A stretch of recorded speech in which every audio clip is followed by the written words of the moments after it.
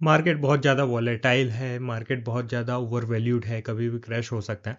यदि आपको इन्वेस्टमेंट करने से पहले ऐसा डर लगता है, तो आज मैं आपको ऐसे टॉप 5 फ्लेक्सी कैप फंड्स के बारे में बताने वाला हूँ, जिनमें आप किसी भी मार्केट कंडीशन में इन्वेस्ट कर सकते हैं, चाहे मार्केट ओवरवैल्यूड हो या फिर मार्केट बेयर रन में हो।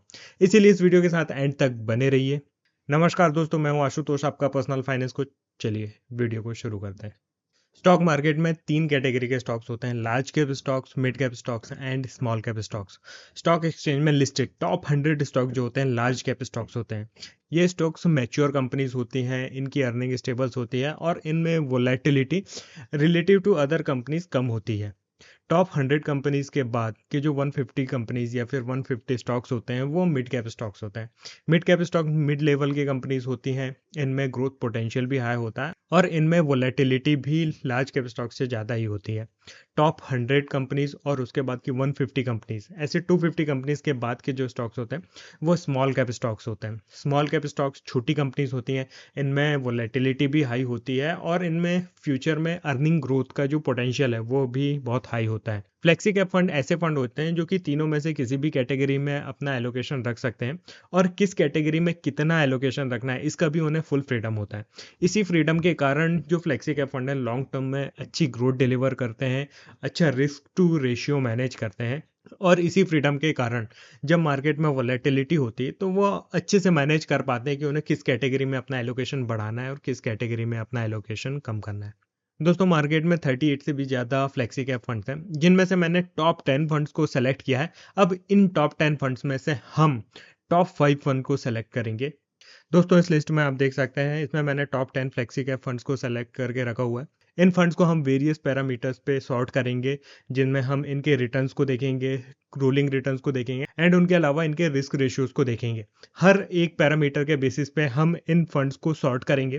टॉप 5 फंड्स को हम ग्रीन लेबल देंगे एंड बॉटम 5 फंड को रेड लेबल देंगे एंड में हर पैरामीटर को लेबल देने के बाद हम काउंट करेंगे, जिस फंड के सबसे ज़्यादा ग्रीन लेबल होंगे उसे हम हायर रैंक देंगे और जिस फंड के सबसे ज़्यादा रेड लेबल होंगे उन्हें हम बॉटम रैंक देंगे।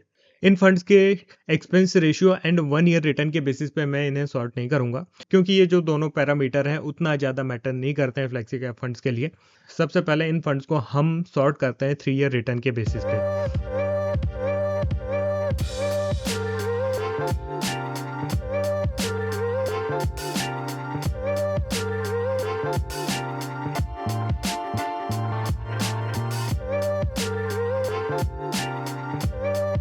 हमें सॉर्ट करना है column ji,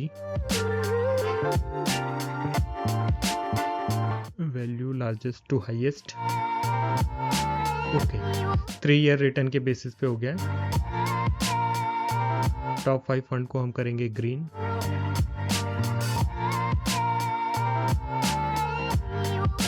and bottom 5 fund को हम करेंगे रेड। सिमिलरली 5 ईयर रिटर्न के बेसिस पे हम इन्हें फिर से सॉर्ट कर लेते हैं।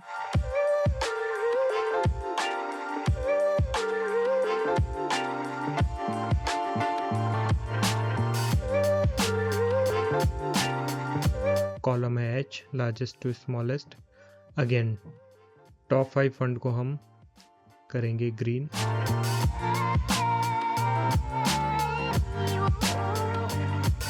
एंड बॉटम 5 फंड को हम करेंगे red. Again 10 year return basis पे हम फंड्स को सॉर्ट करते हैं।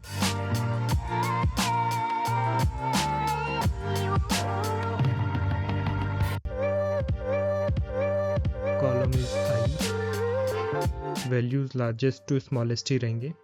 अगेन टॉप 5 फंड्स को हम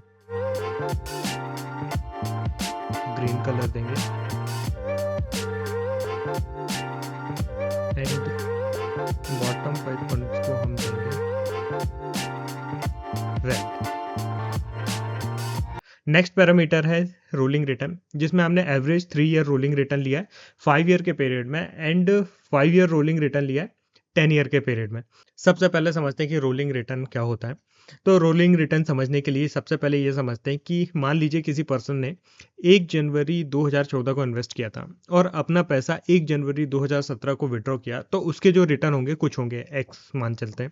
2 जनवरी को किसी ने इन्वेस्ट किया था 2014 में एंड 2 जनवरी 2017 को आफ्टर 3 इयर्स विड्रॉ किया था, तो उसके रिटर्न सेम नहीं होंगे, कुछ डिफरेंट होंगे। ऐसे ही हर एक डेट पे यदि हम 3 ईयर का पीरियड लेंगे तो सबके रिटर्न सेम नहीं होंगे। तो दोस्तों इन्हीं सारे रिटर्न्स का हमने एवरेज जो लिया है, यही एवरेज रोलिंग रिटर्न कहलाता है। रोलिंग रिटर्न से हमें ये पता चलता है कि अलग अलग टाइम पीरियड पे यदि किसी ने इन्वेस्ट किया है तो उन्हें एवरेज कितने रिटर्न मिल सकते हैं, क्योंकि कोई ज़रूरी नहीं है कि हर एक पॉइंट पे रिटर्न सेम होंगे। किसी पर्सन ने मार्केट बहुत ज़्यादा डाउन था उस समय इन्वेस्ट किया और मार्केट बहुत ज़्यादा हाई था उस समय सेल किया, तो उनके रिटर्न बहुत अच्छे होंगे। बट किसी पर्सन ने मार्केट हाई के समय इन्वेस्टमेंट किया और जब मार्केट लो था उस समय विड्रॉल किया, तो उनके रिटर्न खराब होंगे। हमें ऐसे फंड में इन्वेस्टमेंट करना है जो किसी भी पॉइंट पे इन्वेस्टमेंट कर दे तो उनके रिटर्न में ज़्यादा वोलेटिलिटी हमें ना दिखाई दे। सेम उसी तरह हमने 5 ईयर रोलिंग रिटर्न लिया है 10 ईयर के टाइम पीरियड पे। फॉर एग्जांपल किसी ने 1 जनवरी 2014 को इन्वेस्ट किया एंड 1 जनवरी 2019 को विड्रॉल किया, तो उसके कुछ रिटर्न हो सकते हैं, मान लीजिए ए रिटर्न है। किसी ने 2 जनवरी 2014 को इन्वेस्ट किया एंड 2 जनवरी 2019 को विड्रॉ किया, तो उसके रिटर्न बी होंगे। ऐसे ही हमने हर एक पॉइंट के रिटर्न को कैलकुलेट किया है और उसके बाद उन रिटर्न्स का एवरेज लिया है। यही 5 ईयर रोलिंग रिटर्न है 10 ईयर पीरियड पे, जिससे हमें पता चलता है कि पिछले 10 सालों के किसी भी पॉइंट में यदि किसी ने 5 साल के लिए इन्वेस्ट किया तो उसे एवरेज इतने रिटर्न मिल जाएंगे। चलिए 3 ईयर रोलिंग रिटर्न के बेसिस पे हम इन फंड्स को सॉर्ट करते हैं।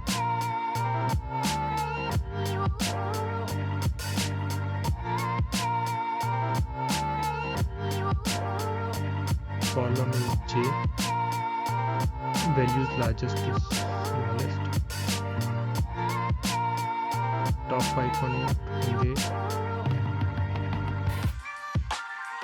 ग्रीन एंड बॉटम 5 फंड होंगे red. Similarly 5 year rolling return के बेसिस पे इन्हें सॉर्ट करते हैं।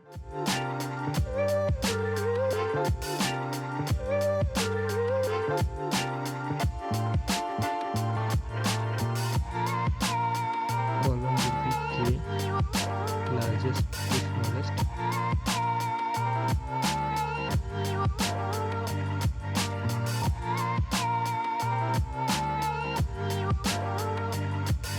टॉप 5 फंड्स को हम देंगे ग्रीन, बॉटम 5 फंड्स को हम देंगे रेड।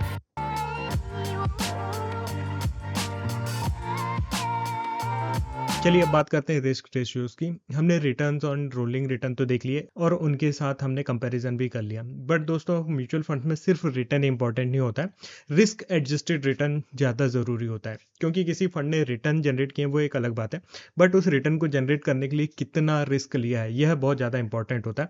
हमें ऐसे फंड में इन्वेस्टमेंट नहीं करना है जिनका रिटर्न हाई हो, हमें ऐसे फंड्स में इन्वेस्टमेंट करना है जिनका रिस्क एडजस्टेड रिटर्न हाई हो। सबसे पहला रिस्क रेशियो है शार्पे रेशियो। शार्पे रेशियो एक बहुत ही इंपॉर्टेंट पैरामीटर है जो कि हमें रिस्क फ्री रिटर्न के अगेंस्ट फंड के रिस्क एडजस्टेड रिटर्न बताता है। मतलब कि पर डिग्री ऑफ रिस्क टेकन किसी फंड ने कितना एडिशनल रिटर्न जनरेट किया है। शार्पे रेशियो किसी फंड का यदि 1 होता है, इसका मतलब यह है कि फंड ने रिस्क फ्री रिटर्न के अगेंस्ट कोई भी एडिशनल रिटर्न जनरेट नहीं किया है। यदि किसी फंड का शार्पे रेशियो 1 से ज़्यादा होता है, इसका मतलब यह है कि फंड ने एडिशनल रिटर्न जनरेट किए हैं जो उन्होंने रिस्क लिया है उसके अगेंस्ट।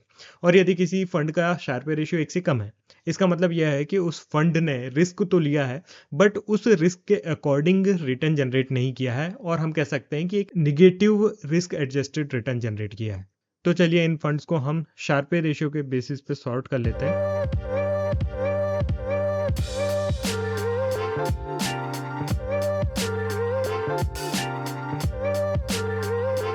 कॉलम हमारा एल है एंड लार्जेस्ट टू स्मॉलेस्ट, क्योंकि शार्पे रेशियो जितना हाई होगा उतना ही ज़्यादा बेटर है हमारे लिए। टॉप 5 को हम ग्रीन कलर देंगे एंड बॉटम 5 को हम कलर देंगे रेड। नेक्स्ट पैरामीटर है अल्फा, या फिर हम इसे जेनसन अल्फा के नाम से भी जानते हैं। जेनसन अल्फा हमें बेंचमार्क के कंपैरिजन में रिस्क एडजस्टेड रिटर्न बताता है। इसका मतलब यह है कि फंड मैनेजर ने बेंचमार्क के अगेंस्ट में कितना रिस्क लिया है और कितना एडिशनल रिटर्न जनरेट किया है। किसी फंड का अल्फा जीरो है, इसका मतलब यह है कि फंड मैनेजर ने बेंचमार्क के कंपैरिजन में कोई भी एडिशनल रिटर्न जनरेट नहीं किया है।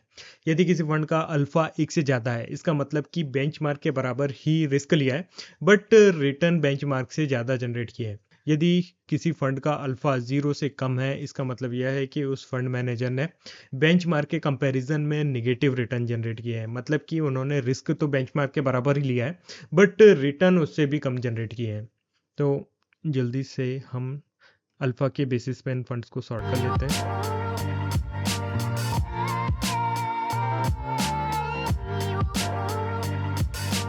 Column is M, largest to smallest.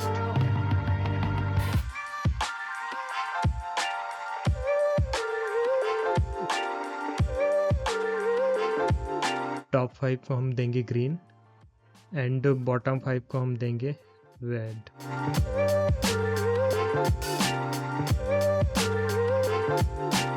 Next two parameters हैं beta and standard deviation. Beta किसी भी फंड का हमें उस फंड की बेंचमार्क के अगेंस्ट वोलेटिलिटी बताता है। किसी फंड का बीटा 1 है, इसका मतलब यह है कि वह फंड बेंचमार्क के बराबर ही वोलेटाइल है। किसी फंड का बीटा 1 से ज़्यादा है, मतलब कि वह बेंचमार्क से ज़्यादा वोलेटाइल है। और यदि किसी फंड का बीटा 1 से कम है, इसका मतलब यह है कि वह फंड बेंचमार्क से कम वोलेटाइल है। हमें ऐसे फंड्स में इन्वेस्टमेंट करना है जो ज़्यादा वोलेटाइल ना हो।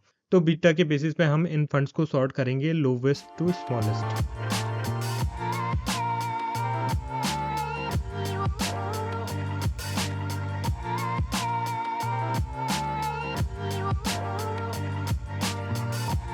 बीटा का कॉलम है एन,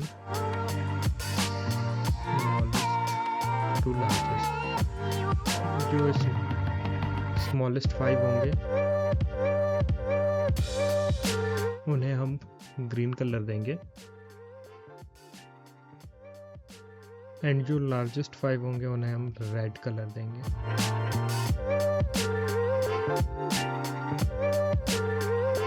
नेक्स्ट पैरामीटर है स्टैंडर्ड डिविएशन। स्टैंडर्ड डिविएशन उस फंड के एनुअल एवरेज के अगेंस्ट उस फंड के रिटर्न के डिविएशन को बताता है। हमें ऐसे फंड्स में इन्वेस्टमेंट करना है जिनमें यह डिविएशन कम से कम हो। इसीलिए इन फंड्स को हम स्मॉलेस्ट टू लार्जेस्ट सॉर्ट करेंगे और जिन फंड का डिविएशन कम होगा उन्हें हम ग्रीन रैंक देंगे और जिन फंड का डिविएशन हायर होगा उन्हें हम रेड कलर देंगे।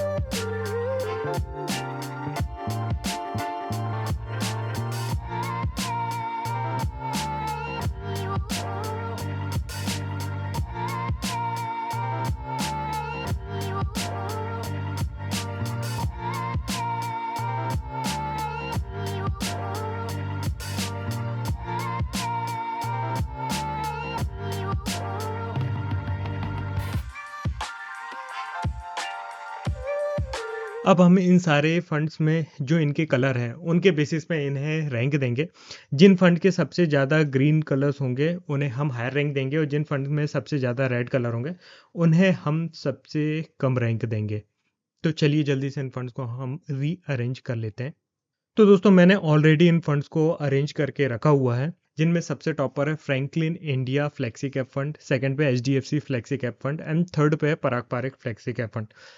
Franklin India, HDFC and Parag Parekh flexi cap तीनों ही फंड सिर्फ एक ही पैरामीटर में नेगेटिव है, बाकी सारे ही पैरामीटर में ग्रीन है। ऐसे में इन तीनों फंड्स को रैंक करना बहुत ही मुश्किल है, इसलिए मैंने इन्हें इन सारे पैरामीटर्स के बाद 1 ईयर रिटर्न के बेसिस पे रैंक किया है, जिनमें बहुत ही मिनिमल डिफरेंस है।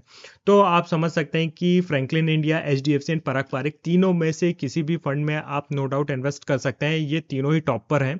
सिर्फ एक माइनर 1 ईयर रिटर्न के बेसिस पर मैंने इन्हें 1, 2 एंड 3 रैंक दिया है। ऐसे ही 4th एंड 5th पोजीशन पे है JM flexi cap fund and quant flexi cap fund. दोनों ही फंड सिर्फ 2 पैरामीटर्स में नेगेटिव है, बीटा एंड स्टैंडर्ड डिविएशन। सो इन दोनों फंड्स को भी रैंक करने के लिए मैंने 1 ईयर रिटर्न के बेसिस पे जेएम फ्लेक्सी कैप फंड को हायर रैंक दिया है 4th and quant flexi cap fund को लोअर रैंक दिया है 5th। तो हम रिस्क रेशियो से देख सकते हैं कि जो 4th एंड 5th पोजीशन पे जो फंड है इनके रिस्क रेशियोज हाई है, मतलब कि इनका बीटा थोड़ा हाई है। तो आप यदि थोड़ा ज़्यादा रिस्क लेना चाहते हैं अपने फ्लेक्सी कैप फंड्स के साथ तो 4th और 5th पोजीशन के फंड्स में इन्वेस्टमेंट कर सकते हैं। यदि लोअर रिस्क के साथ इन्वेस्टमेंट करना चाहते हैं तो 1st, 2nd एंड 3rd तीनों में से किसी भी फंड में इन्वेस्टमेंट कर सकते हैं। साथ ही इस रैंक के बाद हम देख सकते हैं कि टॉप 5 के बाद के जो बॉटम 5 फंड हैं उनमें कितना ज़्यादा डिफरेंस है पैरामीटर्स का। सो इन टॉप 5 फंड्स में आप किसी भी मार्केट कंडीशन में इन्वेस्ट कर सकते हैं क्योंकि इनके रिस्क रेशियोज बहुत अच्छे हैं। तो यदि मार्केट में वोलेटिलिटी रहेगी, मार्केट क्रैश होगा भी, तो इन फंड्स में बहुत ज़्यादा डिविएशन आपको देखने को नहीं मिलेगा। दोस्तों ये थे टॉप 5 फ्लेक्सी कैप फंड। इन फंड से रिलेटेड या इस कैटेगरी से रिलेटेड या फिर म्यूचुअल फंड से रिलेटेड आपका कोई भी डाउट है तो आप नीचे कमेंट करके पूछ सकते हैं। इसी तरह के सिमिलर वीडियोस आप अदर कैटेगरीज के लिए भी देखना चाहते हैं तो नीचे कमेंट करके ज़रूर बताएं। यदि आप अपना पोर्टफोलियो मेरे साथ रिव्यू कराना चाहते हैं या फिर अपनी फाइनेंशियल प्लानिंग कराना चाहते हैं तो नीचे दिए नंबर पे कनेक्ट कर सकते हैं। Don't forget to subscribe to this channel. आज की वीडियो में बस इतना ही, मिलते हैं नेक्स्ट वीडियो में। धन्यवाद।